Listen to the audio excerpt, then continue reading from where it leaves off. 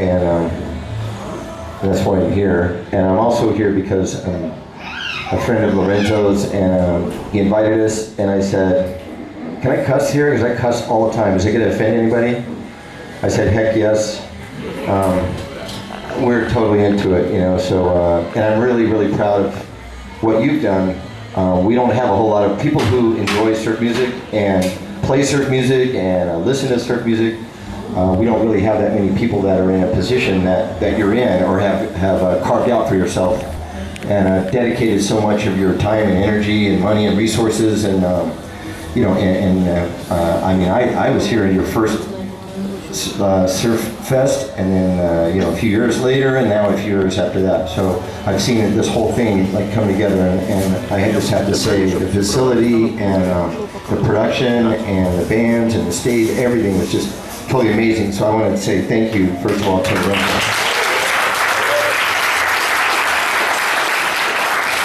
We don't have that many people playing surf music. I mean, you guys might think that there's a lot of people, but maybe in the world there might be 600 bands, maybe, I don't know. Anybody have a better guess than that? That sound about right? 600 bands, about 300 of them are in Southern California, maybe, all playing the same song. Well, the reason why is because they sound like the same song.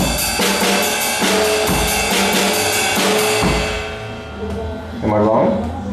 Every surf song, right? You're just like, dude, come on already. So, I've naturally progressed as a surf drummer. I didn't wake up one day and go like, I can't wait to be a surf drummer. Please God, let me be a surf drummer. It just kind of happened, and it happened by way of a gentleman by the name of John Blair, who most of you guys know personally, or have seen him or heard him play. And one day I was playing in a punk rock band, and he was booking a club in Southern California called Squeeze, and so he asked if my band would open up for this band called The Knack, and nobody really knew. I mean, we were just kind of, we just heard like My Sharona or something, like, wow, this band is pretty cool, you know. So we played there, and he kept seeing me around this club, and because I was like in 3 or 4 bands at that time, and I would never be in 3 or 4 bands at the same time now. So yeah, that started a long time ago. But I was playing punk rock, you know, like some of the beats that Tim was playing, you know, all that kind of junk. And so John sees me play and says, hey, will you play in a surf band? I said, sure, as long as I can play loud, hard, and fast, I'll do it. Because I remember when I was very young, in my garage, and Bill Meister, my neighbor, came down, and he had his little silver tone guitar and a little tiny amp, and he says, let's play this new song, you know. He goes like this, and you play really quietly on here, and then you go like this. And I had done a couple of those songs, and I'm like, well, it's not really a lot of fun, you know. I want to play a lot louder than that. And funny, years later, I would have the opportunity to play with Gil Orr and play that, Bob Spickard and Bob Welch, you know, on drums as well. And I came to understand there's a lot more going on than that. But as a young boy, I didn't understand that. So John Blair is the one who introduced me to surf music. And a lot of the stuff that I heard was like my very first song that I learned with surf music with John Blair was.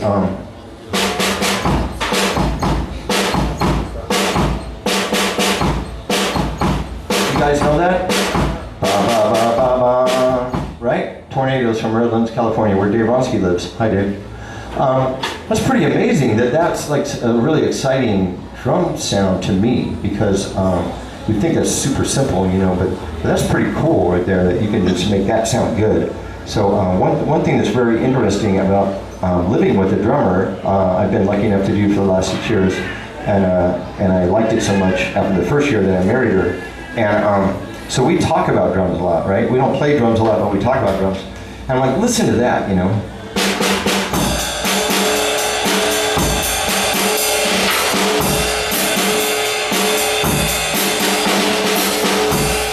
I just like the spaces in between the notes, you know what I mean? I really think that that's what drumming is about. I'm not really sure about everything else. I think it's everyone's own interpretation, but for me, no matter the tempo, no matter what style of music I'm playing, but I really like to pay attention to the spaces in between the notes. And as long as I do that, things seem to fall in place.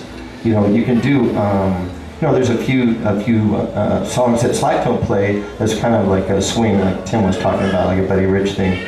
And Buddy liked to go down on the tom. Gene actually stayed on the 4-tom. Buddy took it up top and turned it into 16ths. But Gene was more of the swing guy, Gene was like.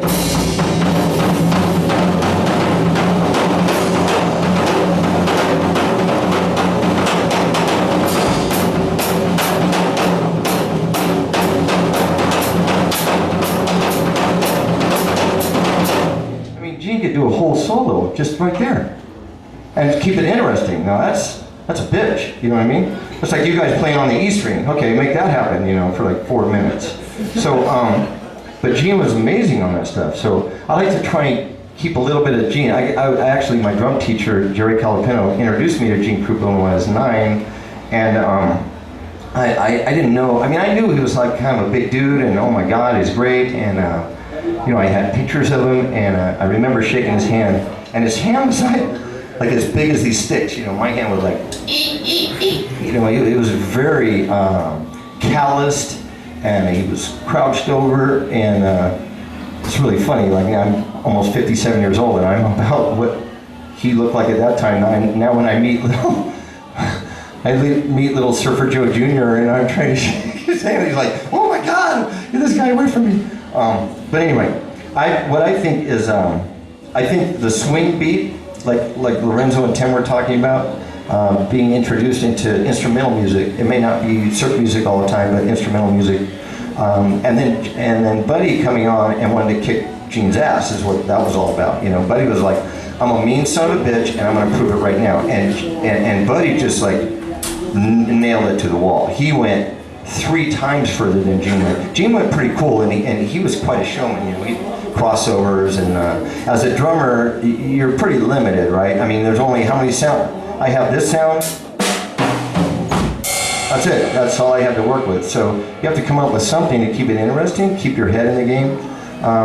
So these guys like try to develop. Maybe there's some little room. You can open and close a hi-hat. Like Lorenzo was saying, you pop the bell a little bit, hit a little rim shot. But we're pretty limited in what we can do with sounds. So Gene's cut the bounce, and I call, you guys that play music know this, but the difference between swing and rock is, if you think of it as rock as a walk, rock is just all squared off, right? It's just all in a box. Just straight. Quarters, 8s, 16s, 30 seconds, that's it, right? And swing is triplets. Swing is like skipping. Think about it. That's swing. Rock is, right? That's the only difference. Swing is just skipping.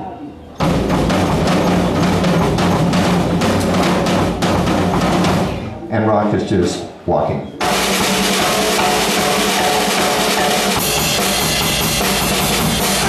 Just straight, right? Who did that? Stop that. So that's a pretty easy way to go. Swing beat, you just think in your head, okay, skip.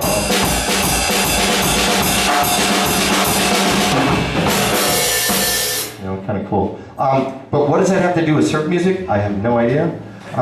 But a drummer like me tries to incorporate as many textures and as many colors, as many flavors as possible. And I've had the opportunity to play with a lot of these old cats, guys that are older than me. The Safaris, Dick Dale, Davey Allen, bands like that I learn a lot from. The best thing about playing in bands like that is you can ask them questions. And they talk to me, and it's really cool. But playing music with them is so interesting because they've developed, the original songs, like, let's go trippin', it's like a circus act, you know what I mean? But you hear and play it now, and it's like powerful as hell, right? So it's cool to see that they've developed a nastier sound. Watching Davey Allen play, some of his soundtrack material, very, very aggressive, very loud, sliding the pick down, I don't know what you call that. Whatever that is, shit, you know what I mean? King of Fuzz, that dude, he's awesome. And the Safaris, the best thing about the Safaris was getting to play with Jim Fuller and Jim Pash. Jim Pash before he passed away. It was really, really, really exciting. I could just to touch back on the traditional if I could before I close. I just want to say I had a really long conversation with Jim Pash one night on the telephone. I was trying to leave to go to the movies. It was starting in like a few minutes. And it was like a 45-minute conversation about the importance of where to put the 7 accents. You know, I mean, he was very particular, right? And like you mentioned Ron Wilson came up with that because Wipeout, what they needed a song, they needed a B-side, you know, a flip for Surfer Joe, right? So so it was a cadence from his school. It was down around that fast, right? It was really ridiculous. So they sped it up a little bit, and the weird thing, the one interesting thing, you can see it on Comedy Surf, is they recorded on a tom that he had busted the head the night before at a live gig, and so they flipped the tom over, right? And so that flutter that you hear in the opening, it sounds like a train kind of is like fluttering a little bit. Like how in the heck did they get that sound? It was the bottom head, which was actually the batter head flapping. You know, that's how they got that sound. So you can't really reproduce that, I guess, unless you were there trying to do it. And but anyway, is Paul the Pyronite around here? Because I was going to ask him to help me out on this. Are you right here? Oh, because Paul knows this part, right? I'm just going to show the 7 accents. You guys want to hear the 7 accents? This is really exciting. I need a chair there. Can I borrow a chair for 1 second? Can I borrow a chair? Here we go. Oh, there we go. It's just easier if I do it like this, so you guys can actually see the accents.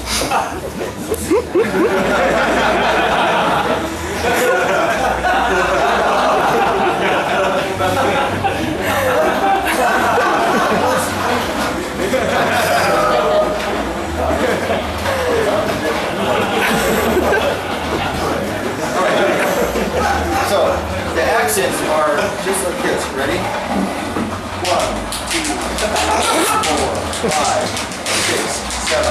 So, and we can all count. We're all musicians, right? So 1 E and a 2 E and a 3 E and a 4 E and a 5. 1 E and a 2 E and a 3 E and a 4 E and a 5 E and a 5 E and a 6 E and a.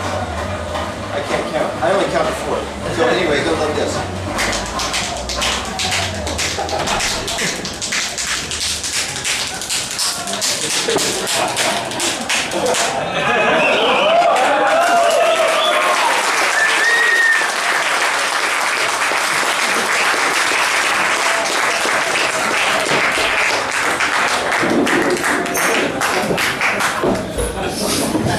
Hey, you know what? Because you can't be too serious when you're talking about surf music. I mean, come on. You know, you slide up to the bar and you go, hey dude, you know what I do? I play surf music. You know, I was like, what the hell planet are you from? But really, the coolest thing about now in my life, besides playing with all those old cooters, is I really like to play with Dave Ronsky. Dave Ronsky challenges me like no other guitar player has ever challenged me. That's a fact. I'll say it again. Dave Ronsky challenges me like no other guitar player has ever challenged me. With his writing style, so the technique of his writing, the technique of his performance, and then when we actually, you know, the recordings, but then when we actually play, it seems like we go to another place. You know, somehow, some people take you to other places. And that's the beauty of live performance. I'm just honored to play with a guy like that. It's just freaking amazing, you know, he just blows my mind every time I get to play with him. So as far as a new record, I keep being asked about that. We did work out a few demos a while ago, and then we just haven't had time to finish them, but he's got a bunch of new ideas, as you would imagine a guy like that would. And I'm sure that within the next century we'll have a new recording, so I'm looking forward to that. But anyway, playing traditional, which I do a lot, I try and incorporate a little bit of traditional into the new and more progressive surf sound. So that's what I get to do. You're going to see that later tonight. We play at 11 o'clock, so I don't need to do it here. It'd be way too loud and it'd be a drag. But basically, it's just a surf beat mixed up a little bit. So that's about it. The only thing that I might do is like I try and orchestra.